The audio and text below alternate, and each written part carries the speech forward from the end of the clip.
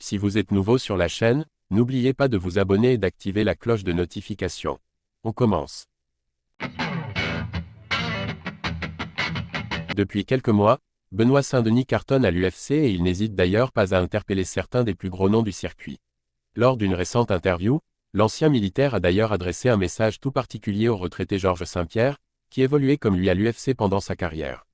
Il a de l'ambition, et il n'hésite pas à enchaîner les combats afin de grimper aussi vite que possible au classement. Vainqueur de Thiago Moise à Paris début septembre, Benoît Saint-Denis veut remettre ça dès le 11 novembre à New York, à l'occasion de l'UFC 295. Gagner contre Matt Frevola alors qu'il figure sur la même carte que le combat pour le titre des poids lourds de John Jones, ce serait une superbe publicité. Sans surprise, le Nîmois se voit bien l'emporter, lui qui n'a pas peur de donner son avis sur ses pairs.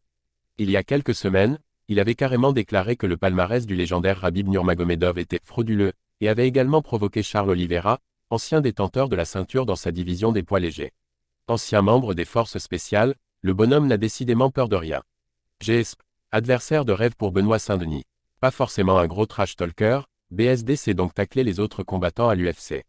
Mais il peut aussi distribuer les compliments et lors de son passage sur le podcast Zach en roue libre, il a notamment affirmé qu'Alexandre Pantora, actuel champion des poids mouches, était sous-estimé.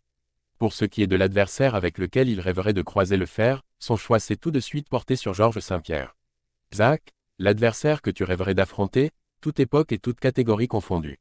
Benoît Saint-Denis, Georges St-Pierre, ouais, je parle plus par rapport à ma catégorie, parce que tu dis toute catégorie confondue. D'un point de vue réaliste, Georges St-Pierre, Khabib, BJ tu vois, des mecs comme ça. Contrairement au God of War, le Québécois n'a pas évolué chez les poids légers mais dans les divisions juste au-dessus, chez les welter et les poids moyens. Il a d'ailleurs été champion dans les deux, preuve de sa capacité à dominer partout. Il ferait donc un adversaire de choix au tricolore. D'autant que s'il est parti à la retraite en 2019, GSP continue d'arborer un physique de fou furieux au quotidien. Benoît Saint-Denis contre Georges St-Pierre.